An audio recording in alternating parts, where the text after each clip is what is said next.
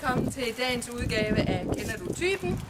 Vi er i dag taget til Støvring i Himmerland, og vi har en livsstilsekspert med i dag, Per Glytenheimer.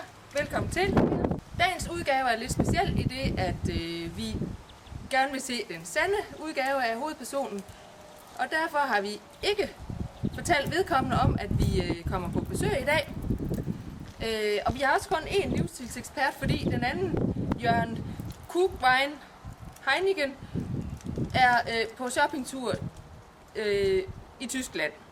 Og jeg er sikker på derhjemme, at I allerede har gættet, hvem det er, vi er på besøg hos. Men hr. Glytenheimer, han ved jo ikke noget.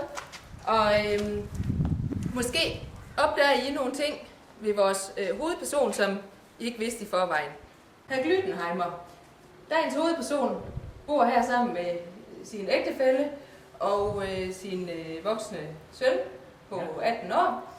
Og familien har 2 biler. Og det er dels denne her Ford Ka. Familiens anden bil er den her Volvo. Men dagens hovedperson kører altså i Ford Ka.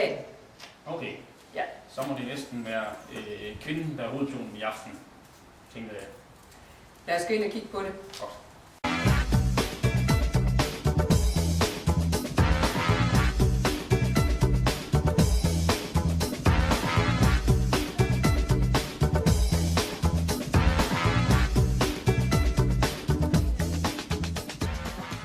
Her har vi så køkkenet, og hvad er dit indtryk, når du ser køkkenet? Og umiddelbart tænker jeg også, at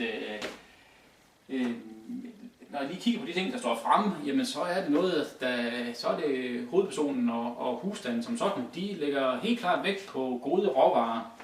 Så har vi den her fine maskine herovre, så er det jo klart udtryk for, at det er nogen, der gerne vil betale for en god oplevelse. Jeg tænker umiddelbart, det er folk, der går op i gode oplevelser, der gerne vil betale for de gode råvarer. Vores hovedperson går meget op i at holde den slanke linje. Det har faktisk altid været et tema for vedkommende. Ja, men skal vi prøve at kigge i skabet og se, om der er nogle overraskelser herinde? Det har du fået lov til, eller? Nej, men vi skal jo have det sande jeg frem. Det er rigtigt. Hold da op. Selv slik. Og chips. First price. Roulade. Og gifler. Citronmåne. Og lidt mere blandt selv slik. Mere chips. Og så en lille tærte til at slå af på. Og en first price roulade. Jamen det får jo ingen inde det her. Hvad er det for noget det her? Forestiller Ja, mig. det kunne jo også være, at de snart skulle have fest, men den her, hvad siger det dig med den der type? Jamen, altså, jeg har lyst til at bide tungen af mig selv, da jeg snakker om de gode råvarer, fordi det her, det er jo det totale dimensionale modsætning til de gode råvarer. Altså det er jo, jeg krammes jo næsten over at stå med det i mine hænder. Det er jo fuldstændig puha. Fordi det her år, det må have noget at gøre med en teenage-søn eller et eller andet. Jamen, teenage-sønnen, han har været på taekwondo-lejr de sidste dage. Så dagens hovedperson har været alene hjemme i 3 dage, hvor ægtefællen har været på forretningsrejse. Men lad os se, jeg er sikker på, at vi ser noget andet, når vi kigger hernede i skraldespanden. Oh my god. Så noget snøfler. Ej. Og der ligger en halv æske Anton Berg chokolade og en halv citronmåne. Det virker jo lidt som om, at hovedpersonen tror, at ved at smide en halv citronmåne ud, eller noget chokolade, at så slanker det på en eller anden måde. Ej, det skuffer mig lidt det her. Jeg er godt nok totalt forvirret lige nu. Det må jeg sige.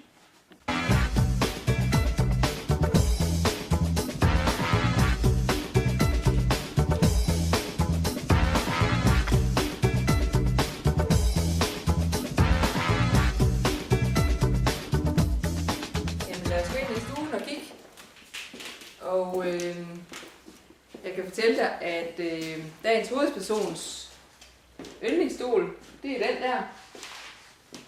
Okay. Altså, så tænkte jeg jo straks, og det forvirrer lidt mit billede, at hovedpersonen, det må være en mand.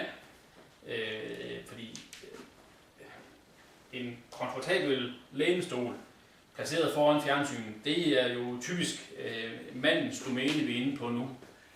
Og det forvirrer mig lidt i forhold til det billede med, at hovedpersonen kører den her lille Ford Ka, som er den der feminine, lille sportige bil. Jamen, faktisk så har du ret i, at dagens hovedperson, det er en mand. Han havde faktisk også regnet med, at det var hans kone, der skulle køre i Kaen. Men sådan kom det altså ikke til at blive. Okay. Hun ville ikke køre i den lille bil, så den kører han så i. Det er jo et interessant tema, fordi så er vi jo inde på der, hvor hvem er det, der har bukserne på i det her forhold her. Og det er jo så konen i det her tilfælde. Men manden har trods alt fået lov til at beholde sin stol lige foran fjernsynet her. Ja, men når du så kigger dig omkring, hvad tænker du så? Jamen jeg må sige, elefanttemaet, det er jo et tema, der ligesom går igen her i boligen. Altså vi har set flere steder, hvor der er elefanter. Det er både på malerier, og det er på små figurer. Ja okay, her har vi jo et klassisk eksempel. Familien, eller hovedpersonen, nu ved jeg ikke hvem det er, men jeg ser ud fra det, hovedpersonen har i hvert fald elefanten som et rigtig godt tema. Og skal man sige lidt om elefanten, jamen så opererer vi jo lidt med, der er mange forskellige teorier om elefanten. Der er nogen, der synes, at det har noget at gøre med styrke, det har noget at gøre med god dømmekraft og en god vilje og energi. Det kan godt være noget, der passer på hovedpersonen, lidt den her storebror, men det kunne også være, hvis man snakker lidt hinduisme, hvis hovedpersonen har rejst over i Østen, at så er det sådan lidt mere at gøre med moderbindingen, altså lidt mere med den her omsorg, og at man er tæt knyttet til sin mor. Det er også lidt det her, det symboliserer, at man har måske hovedpersonen her og moren her. Så kan man også gå skridtet videre og sige, jamen, kan hovedpersonen ligesom symbolisere sig med den her figur, den lidt runde, som elefanten jo også lidt er udtryk for, der er lidt sug på kroppen, og det er godt. Så det kunne også være, at det ligesom var noget af det, som hovedpersonen ligesom så sig selv i den her figur, som elefanten nu er. Jamen, jeg synes, vi skal have en quiz nu, og lad os se, hvad vores hovedperson har her i sin skuffe. Ja, der har vi 3 musikgenre. Der er Stig Rossen, der er Smokey, og der er Big Fat Snake. Hvad tror du, vores hovedperson er til? Altså, starter vi med Stig Rossen. Nu har vi jo set, at hovedpersonen har nogle ret feminine træk, så det kunne jo godt være et godt bud. Altså, det er lidt for dem, de fyre, som ligesom har de meget bløde værdier inde under sig. Og der har vi bare set flere eksempler her i aften på, at hovedpersonen er en, der har nogle bløde værdier, og nok godt kan sidde og trille en tårer, når man ser en romantisk film. Den næste her, det er Smokey. Hvis det stadigvæk er favoritten, så fortæller det jo om en, der er gået fuldstændig i stå i tiden. Smokey var jo frem for mange årtier siden, så hvis det er et bud, så fortæller det også lidt om alderen på hovedpersonen, at vi er altså ved at være rundt nogle skarpe hjørner. Så hvis det her det er det, som hovedpersonen hører i dag, jamen så er vi godt oppe i alderen, så har vi lige rundet de 50 eller mere til. Og det kunne godt være, at det var det, hovedpersonen hører. Den sidste, Big Fat Snake, jamen altså, jeg håber lidt, det er det, hovedpersonen hører, fordi altså de andre ting der, det er godt nok hvis jeg må tillade mig at sige det, så er vi ude i lidt dårlig smag, hvis det er en mand, der har forelsket sig i Stig Rossen. Det synes jeg godt nok, det er... Men altså, der er mange feminine tendenser i det her hus her, så det kunne godt være, at hovedpersonen alligevel er forelsket i Stig Rossen. Men Stig Rossen, det er nok mit valg, fordi jeg synes, det emmer af femininitet i det hus her. Og jeg tænker lidt, at hovedpersonen må være et eller andet inden for noget kultur eller noget teater. Der er så meget feminint i det hus her, så det er mit valg. Jamen, jeg kan så fortælle dig, at det nyeste, det er nok Big Fat Snake, og det er sådan noget, at han spiller hver gang han har gæster, og han spiller det gerne rigtig højt. Også selvom gæsterne ikke bryder så meget om det.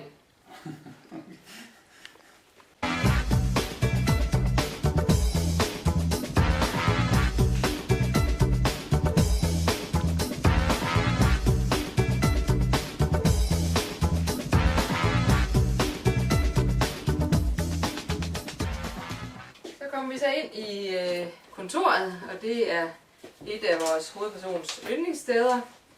Og hvad tænker du, når du sådan ser dig omkring herinde? Jamen, det er jo lidt ligesom en slags hule, hvor jeg tror, at hovedpersonen tilbringer mange timer. Det interessante er også at se, at skrivebordet eksempelvis det er jo hjemmelavet, som jeg lige kan se. Det bærer præg af, at der mangler lige nogle finesser, men altså hovedpersonen er klart en person, der gerne vil gøre selv. Det er lidt en handyman, måske ikke verdens bedste handyman, men han har lysten til at gøre noget med hænderne, og kan godt lide det her med at bygge selv. Men når man nu laver tingene selv, er det så fordi, at hvorfor laver man ting selv, tænker du? Jamen det kunne godt være, at hovedpersonen gerne vil spare nogle penge, for så at kan bruge dem på noget andet. Nu har vi jo set, det er lidt en livsnyder. Vi så inde i Zoom, at der var nogle fine rødvinsglas. De er helt klart ikke et tilfælde, men bevidst valgt, at man ligesom har nogle rødvinsglas, der har den rigtige form, der giver, at man får den rigtige oplevelse, når man drikker den her vin, som hovedpersonen vil servere. Ja. Jamen, det her, det er en holdmatch i golf, som hovedpersonen har arrangeret. Ja, men her ser vi jo igen et eksempel på, hvordan hovedpersonen ønsker at sætte dagsordenen og ligesom definere spillereglerne. Ja, faktisk så kan jeg jo ligesom se her, at hovedpersonen har ligesom lavet 2 kolonner af regler. Det fortæller mig lidt om en hovedperson, der jo også gerne vil vinde altid. Og det kan godt være på bekostning af, at man skal lige tage række 2 eller række 3 i brug for at få sejren i hus. Jeg skal jo ikke sige, at hovedpersonen kunne finde på at snyde det. Det har jeg slet ikke nogen idé om. Han har så godt nok arrangeret sådan en golfturnering de sidste 3 år. Det har hvert år været ham, der har vundet. Ja. Men jeg tror nu, det må han være ærlig komme til. Men så har vi sådan lidt her. Venstre i Rebild. Partiprogram. Mit Venstre. Det er godt nok censureret, men jeg synes lige, vi skal kigge. Men nu kommer vi til endnu en quiz i dagens Kender du typen? Og du får 3 muligheder, som vores hovedperson vil kæmpe for, hvis han skulle. Han stiller nemlig op til kommunalvalg her til november. Og et af hans store mærkesager skal du gætte. Du har altså 3 muligheder. Det er den her, at vores hovedperson vil styrke samarbejdet med Ældresagen. Okay. Og punkt 2. Alle skal køre rundt i små biler for at skåne miljøet. Ja. Og den sidste mulighed, det er genindføre byfest i Støvring. Gerne flere om året. Jamen starter vi med den her. Alle skal køre rundt i små biler.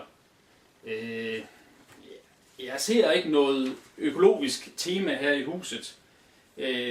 Så hvis det var det her tema, han slog på, jamen så var det jo kun fordi, at alle andre gerne skulle køre rundt i små biler, ligesom ham selv. Så jamen, det kunne godt være, at han gerne vil, at andre også skulle køre rundt i små biler. Så han har en chance for at overhale. Ja, lige præcis. Fordi med den lille bil, han kører rundt i dag, så har han ingen chance for enten at ligge bagerst i feltet hele tiden. Og det tror jeg, det piner ham lidt. Så umiddelbart, så vil jeg gerne lægge den her til side. Samarbejdet styrkes med ældresagen. Jamen altså, vi har jo set flere momenter i huset her, hvor jeg tænker, at personen er noget ældre, end jeg lige gik og troede. Han har rundet nogle skarpe hjørner. Så ja, omvendt så tænker jeg også lidt, at han gerne vil tage afstand fra ældresagen, fordi han vil helst ikke komme for tæt på den der aldersgruppe der. Det tror jeg også, det vil pine ham lidt. Så det her med, at han får breve fra ældresagen, den gør ondt endnu. Jeg tror heller ikke lige den her. Men så er der den sidste mulighed, det er med flere, eller genindføre byfester i Støvring. Måske endda flere om året. Og så ved jeg ikke lige det der med huller i vejene, men... Ja, altså... om du har et bud på det? Ja, det kunne jo være et eller andet med, at...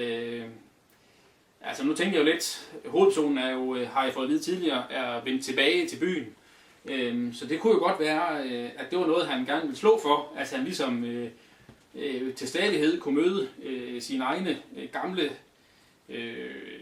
gymnasievenner, skolekammerater. Så byfester, det kunne godt være et bud. Huller i vejen afmærkes forsvarligt. Jamen altså, det kunne jo være, at han har haft en ubehagelig oplevelse med, at han var faldet i et hul på vej hjem fra en byfest. Men hvad tænker du så med kvalitetsvin og så det at gå til byfest? Altså det er jo ikke den samme stil. Nej, altså byfester, det er jo lidt mere øl og stegt pattegris. Træsko. Ja, det er sådan lidt mere det folkelige. Og nu så vi jo lige de her vinglas tidligere. Og det er klart, der var noget æstetik og noget bevidsthed omkring at få de rigtige glas. Men vi kunne da prøve at kigge, om han har noget vin stående. Ja. Er det mon herinde? Ja, der har vi da nogle. Ja, det ser interessant ud. Hold op. Lad os lige prøve at kigge her. Hvis vi ellers lige kan få dem ud, der er ret mange af flaskerne her. Jamen, vi har en her. Den ser nu ikke dyr ud. Spanien 2013. 1,49 euro. Ja, det forvirrer igen billedet. Men nu skal jeg så afsløre, at vores hovedperson, han er jo, som du ved, har fundet ud af, meget økonomisk bevidst. Ja. Og han har faktisk i år været på golftur i Spanien. Og det var ham, der skulle stå for indkøb. Og så, så ville han godt spare lidt, så han fandt noget vin i den lokale, som han så serverede der til maden. Ja. Men altså, det er godt nok, køber dyre glas, og så køber vin til 1,5 euro. Det synes jeg godt nok, det er en skidt prioritering. Jeg håber ikke, det er det, han serverer til folk, når han holder fest.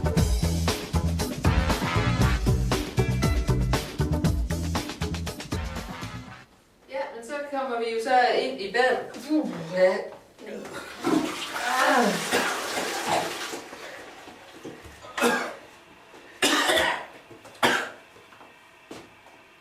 Ja, det var et lidt anderledes billede, end vi har set indtil videre.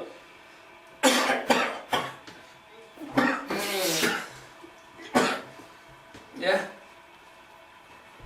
Hvad synes du om det her?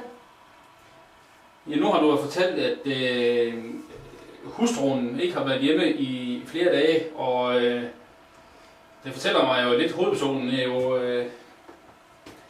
nok er noget af en rodrøv et eller andet sted.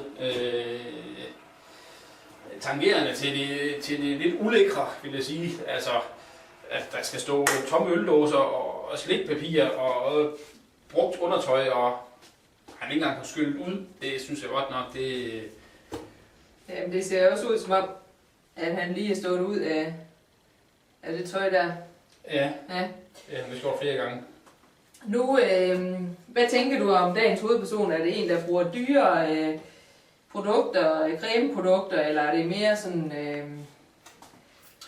Altså, jeg jeg ser på de her badeværelser, så er vi langt fra de dyre creme, så er vi mere over i det dyriske. Jeg tror, han er en hovedperson, der holder af og lader stå til. Der bliver ikke brugt meget tid på udseendet. Der bliver ikke brugt meget tid på at trimme sig selv. Hvis man kan have den her attitude, som er et øjebliksbillede, jamen så går han ikke meget op i sit udseende. Jeg tror, ja, du kan godt være, at du har ret i, at han går ind for naturlig maskulinitet. Ja. Han har godt nok ikke så meget hår på hovedet, men... Der er hår andre steder. Ja. Jamen altså, det er jo lidt modsætningen til det her meget feminine, vi har set rundt i huset, at man så til gengæld på det private område, der lader man stå til. Der er der sådan lidt mere en Karl Marr Møller type, hvor håret og junglemanden huserer. Men skulle vi så gå ind og kigge i soveværelset og se, hvordan... Ja. Ja, så kommer vi så ind i vores hovedpersons soveværelse. Og ja, hvad tænker du om det? Jamen, det virker som om, at hovedpersonen forventer, at ægtefælden kommer hjem i aften. Der er jo fint ryddet op. Igen må jeg sige, hvis vi kigger på malerierne, det er jo utrolig feminint, det her rum. Altså enten så er det jo virkelig konen i det her, i den her husstand, der totalt bestemmer, hvordan tingene de skal være. Eller også så er hovedpersonen bare utrolig feminin. Og derover der ser vi jo igen en elefant. Altså,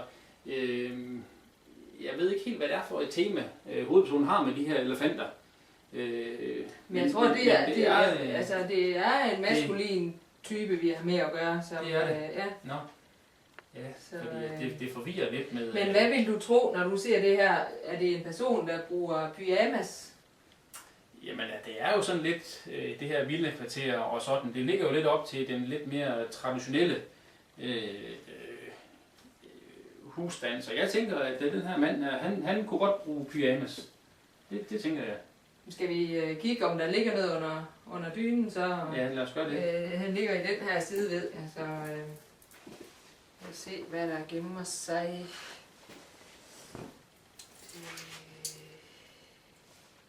Okay. Jeg tror, at vi går igen.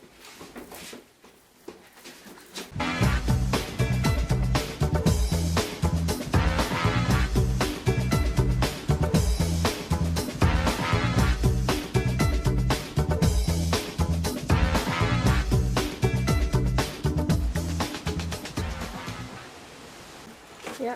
Jeg synes, at nu vi har været arbejdet så hårdt, så vi kunne vist godt tage en af de gode flasker derinde. Ja. Skal vi ikke skåle på, og så kan vi se, om du kan finde ud af, hvem vi har at gøre med. Ja. Skål. Skål. Per Glutenheimer.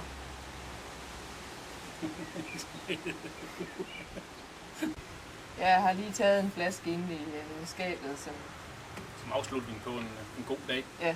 Så vi kan mærke det, hvordan det er at være livsnyder. Ja. Jamen, for det har du ret i. Skål. Skål for det.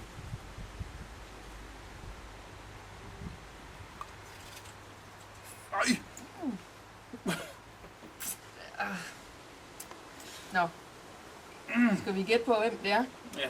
Du får 3 muligheder. Den ene, det er Karl Marr. Ham har du været inde på nogle gange her. Ja. Og mulighed 2, det er så Søren Ryge, som du egentlig faktisk også har været inde på. Og den tredje mulighed har du overhovedet ikke nævnt, men det er Palle Severinsen. Ja. Jamen, 3 gode kandidater, der kunne bo i det hus her. Ham Palle der. Jamen, han kunne godt ligne en rigtig livsnyder, der går op i nogle gode råvarer, noget godt kvalitet. Kan måske godt falde lidt igennem på, at man falder lidt i et hul en gang imellem. Bogstaveligt talt, både til byfester og til den søde tand. Så det kunne godt være ham. Men jeg tænker faktisk, at han er en rigtig rar fyr, som kunne være en rigtig god storebror. Så jeg tror, det er Palle. Tillykke med fødselsdagen, Palle.